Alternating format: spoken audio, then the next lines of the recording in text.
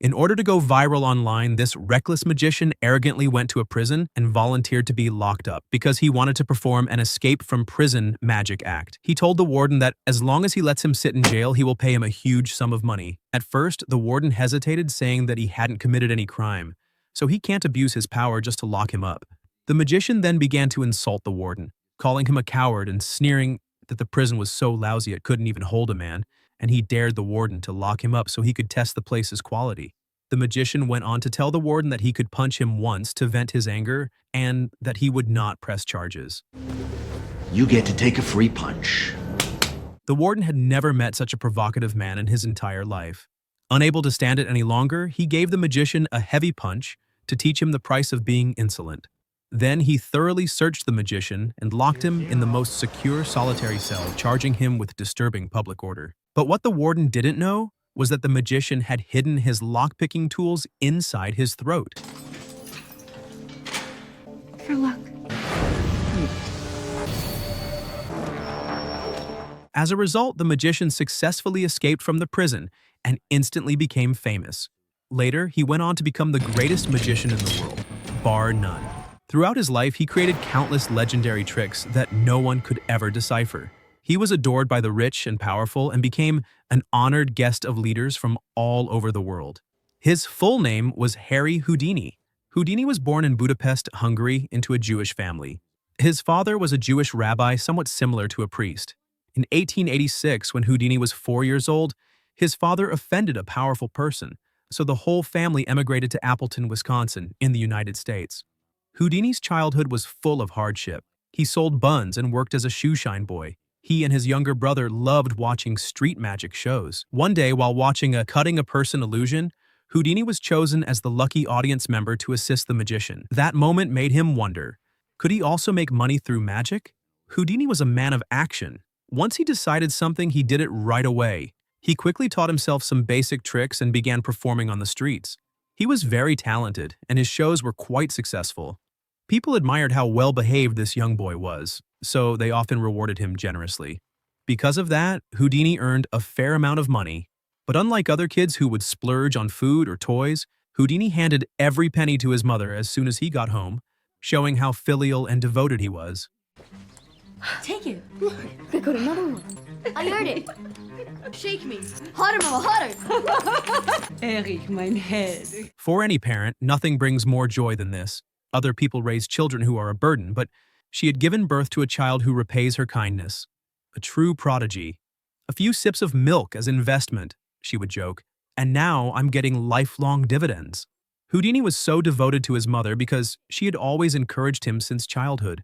His father, however, was very different, always strict and rarely smiling. When he found out that Houdini was earning more money than him, he felt his authority as head of the family was being challenged. Worse yet, after so many years in the United States, Houdini's father still couldn't speak English. The Jewish synagogue decided to dismiss him from his teaching job. You are 6 years our rabbi now, and you still haven't learned to speak any English. We can no longer employ your services as our rabbi. Their family's worsening poverty forced Houdini to drop out of school early. Performing small street tricks could not sustain him for long. So, at the age of 12, Houdini left home to make a living on his own. Of course, the main reason was his father's coldness. It made him determined to escape that environment. He swore that he would never live a mediocre life like his father. After leaving Wisconsin, Houdini became an apprentice to a magician. One day, his master performed a floating beauty illusion, a woman levitating in midair, which amazed the young Houdini. Whoa! Float, eyes. Come to me now! Look at that kid's face! Houdini's teacher indeed had some real skill, but Houdini was gifted and ambitious. He wasn't satisfied with simple tricks. He asked him why he didn't perform the most difficult trick, catching a bullet with his bare hands. Unexpectedly, the magician grew furious upon hearing this and lashed out at him. It turned out that the master's own son had died performing that exact act, and the one who accidentally fired the fatal shot was the master himself. Whenever he recalled that tragedy, the old magician would break down in tears. But Houdini didn't believe him. He accused the master of lying, saying he had read that same accident story in a book about a famous magician. He thought the master made it up because he wasn't skilled enough to teach him. The accusation left the master embarrassed, but he then told Houdini that the story in the book was false. He added that magic was all about deception and that the greatest magician was also the greatest liar. That statement struck straight to the core, and it planted a deep-rooted idea in young Houdini's heart. From then on, he always saw himself as a liar, but a masterful one. After learning the key secrets of the craft, Houdini moved to Brooklyn to perform street magic. By that time, his father had already passed away. Houdini teamed up with his younger brother for shows.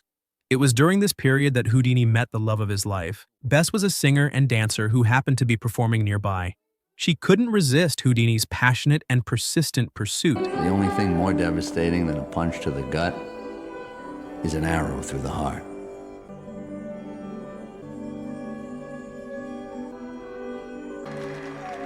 And within just a few days of knowing each other, she accepted his marriage proposal. The two soon eloped and got married. Bess's mother was furious, her family was devoutly Catholic, and she couldn't accept her daughter marrying a Jewish man. You married a Jew!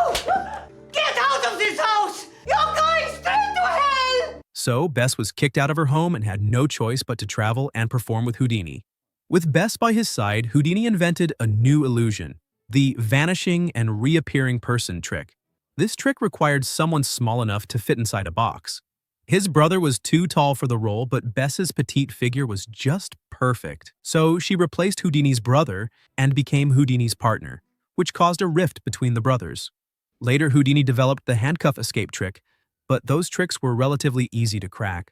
Not long after each performance, a swarm of imitators would appear, especially his brother, who stuck to the route of only copy my brother, never innovate. Houdini realized this couldn't go on. He had to own something unmistakably his to raise the bar and make imitation harder. So he decided to stake everything. He put up all his savings, hired journalists to publicize the stunt, and bribed a warden to stage an unprecedented prison escape. The result was ruthless. Houdini hid his lockpicking tools in his throat and completed a spectacular prison escape. After that, he kept challenging major prisons and kept winning, becoming famous across New York. Houdini knew he had to ride this trend and keep upgrading his gimmicks to expand his influence. That meant he needed more ingenious prop makers. Houdini began scouting for imaginative craftsmen, and luck was on his side. On a street-side shop, he met a young man named Jim who could tinker up all kinds of devices and was a huge Houdini fan, even knowing the very tricks Houdini most wanted to perform. Confronted with such an applicant, Houdini hired him on the spot. I'll give you time. Full time. Deal? Deal. With Jim's help, Houdini performed a hellishly difficult cell escape in Chicago. He entered the prison naked, shackled all over with irons and chains. And this warden was seasoned enough to have even duct-taped Houdini's mouth shut. But Houdini's trick this time was not hidden in his throat. It was hidden in the most obvious place, his fingertips. Nobody noticed that Houdini actually had 6 fingers. Yeah, great. Smile for the birdie, fellas. Well, sir, I believe I'll leave you to your prayer. Okay, come on. Come on.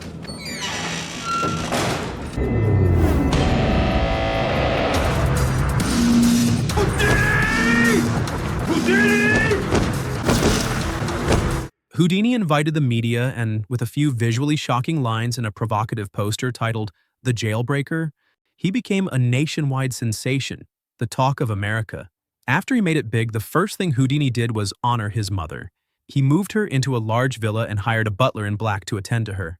Because Houdini was busy performing, he didn't have much time to be with his mother, but she was overjoyed. Her takeaway was simple. Always encourage your children. Encourage them. When a child grows up successful, they will repay you handsomely. If you suppress your child, you risk raising someone like Houdini's father, who even after death was resented by Houdini. By then, Houdini had become the strongest magician in the public eye, though he didn't like that title. He preferred to call himself an escape artist, since his specialty was extreme escapes. So Houdini and Jim developed a legendary act, the water tank escape. He had his ankles clamped and firmly bound, then hung upside down and lowered into a water-filled trunk. If anything went wrong, Houdini would drown. For safety, he even invited the fire department to stand by. The thrilling countdown began. 2 minutes passed and Houdini had not emerged. The audience remained seated. But when it passed 3.5 minutes, people grew terrified.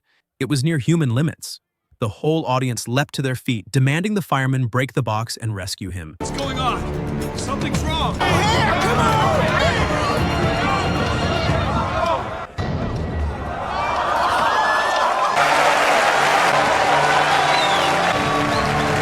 The show's effect was maximized. Fellow performers couldn't guess the method, much less dare to copy it because it truly was risking one's life. Houdini thus became world famous and received invitations from royal houses to tour Europe. That opportunity to perform before royalty caught the attention of the U.S. Secret Service. Because the United States and Britain were historically close allies, they had been watching the rise of Germany and feared it might provoke war.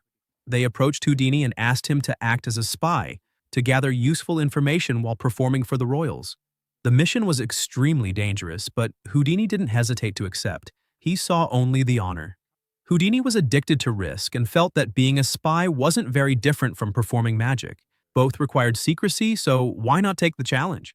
But going out secretly at midnight to meet people on the streets made his wife Bess suspicious.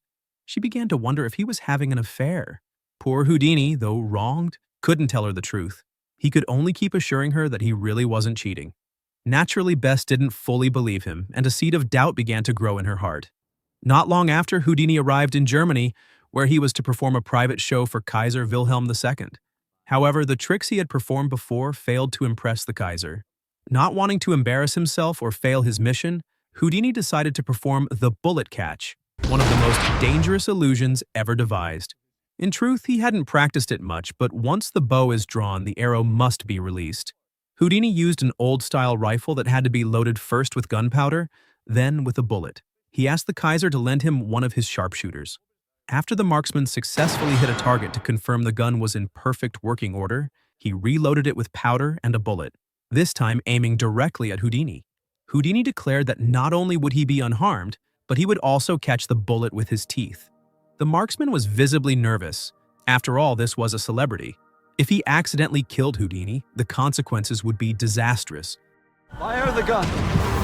Fire the gun! Pull the trigger!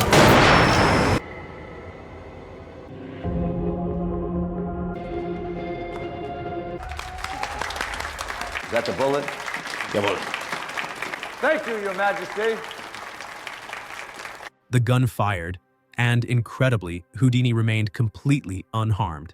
The Kaiser and his entire family were astonished. For people of their social class, finding something that could still thrill them was almost impossible, yet this performance did it.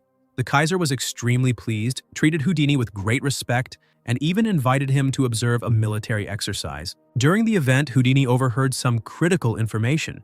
Germany was secretly accelerating the construction of its battleships under something called the Schlieffen Plan, an almost certain sign they were preparing for war. When the British and American intelligence services received this information, they were overjoyed and encouraged Houdini to keep going.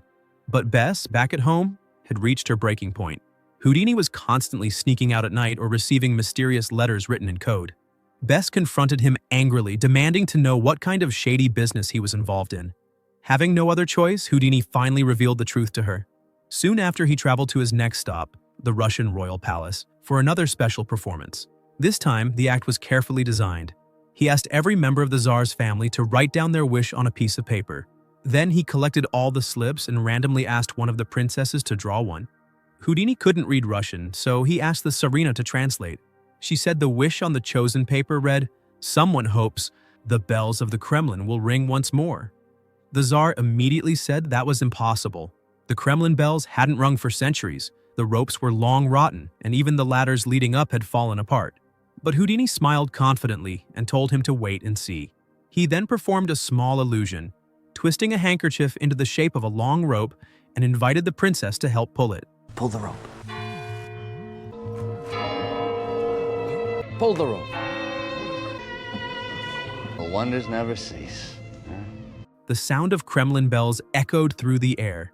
The Tsar was so shocked, he thought it was an ancestral miracle and immediately knelt down in reverence. Houdini had completely won the Tsar's trust and was even invited to dine with the royal family, during which he gathered a great deal of valuable intelligence. It turned out the Tsar was planning to go to war with Japan. But since Russia was already in political chaos, launching a war at that moment seemed like a terrible idea. The informer was pleased with what he learned. but even more curious about one thing. How on earth did Houdini manage to ring that giant bell? Houdini just grinned. Of course, he wasn't a god. The truth was, he had prepared the whole trick long in advance. When he asked the princess to pull the rope, he had secretly swapped it out. The ringing of the bell wasn't magic at all. It was thanks to Jim's perfect aim.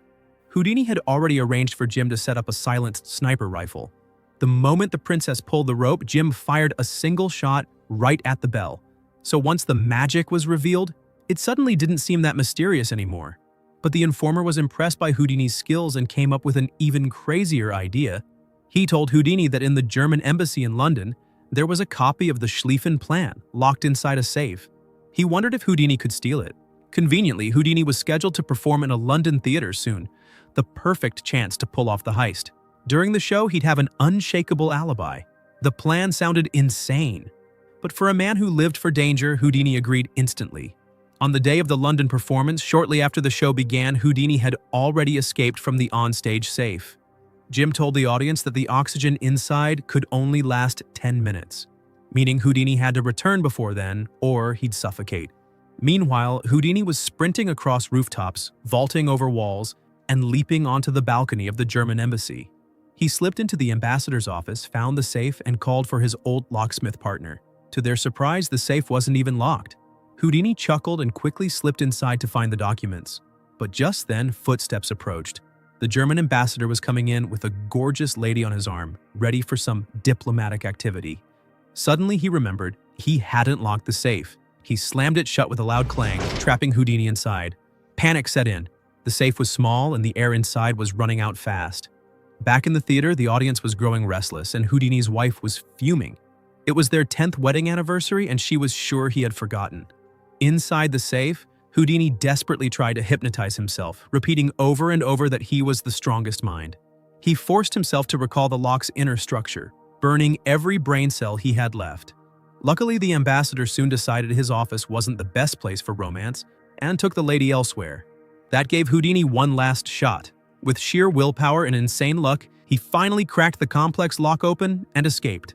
When he rushed back to the theater, the impatient assistant had already pried open the stage safe, only to find it filled with roses. Then Houdini appeared.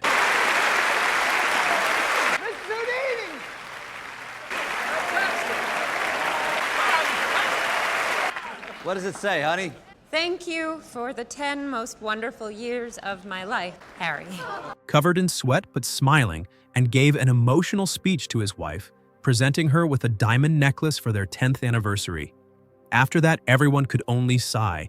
Some men pull off magic tricks, but this guy, he pulls off miracles. But right after the applause and envy came something else. A storm. Bess suddenly snapped, flipping from sweet to furious in an instant. Ah, that was swell, honey, huh? That was a surprise. No, it was not for me. It's for the act. It is always for the act, and you and I both know it, Harry. How brave you are, how American you are. No matter how hard he tried to explain, she felt neglected and unseen. And so, to teach her husband a lesson, to show him what happens when a man ignores his wife's feelings, Bess flirted openly with another man at a party. Houdini, humiliated and furious, stormed out and drank himself senseless that night. Despite the anger, the jealousy, and the pride, Houdini truly loved Bess. Oh, Harry. I'm gonna kill myself. What are you so upset about? You were kissing him! No, I wasn't. Yes, you were! You're the wife of the great Houdini! He couldn't bear the thought of losing her, or being made a fool of. But Bess wouldn't admit she was wrong, just as Houdini wouldn't admit he'd been neglecting her. The argument only got worse. She went as far as saying that Houdini had only married her because he needed a free assistant to fit inside his boxes. That line nearly killed him. Yet deep down, both of them were hurting because they still cared. If they didn't love each other, there'd be no fight at all. While Houdini's marriage was falling apart, his career also began to crumble. The rise of cinema was changing everything. People no longer went to theaters to watch live performances. One after another, Houdini's shows played to nearly empty seats. Even the theater owner pulled him aside and suggested that he try a smaller venue to save on costs, warning that otherwise he might end up performing on the streets. But Houdini, proud and unyielding, refused to bow down. Maybe you could fill a smaller theater. A smaller theater. Saul, what are you saying? The writing's on the wall, Harry. I write the damn writing! That's who he was. a man who defied limits, even when the world turned against him. And that was the first part of the legendary magician's life. In the second and last part, we'll follow Houdini as he faces his toughest battles yet, his rivalry for fame with the immortal Charlie Chaplin, his fateful friendship and eventual fallout with Sherlock Holmes creator Sir Arthur Conan Doyle, and how Houdini, once a fame-hungry showman, transformed into a fearless crusader against fake science and fraud.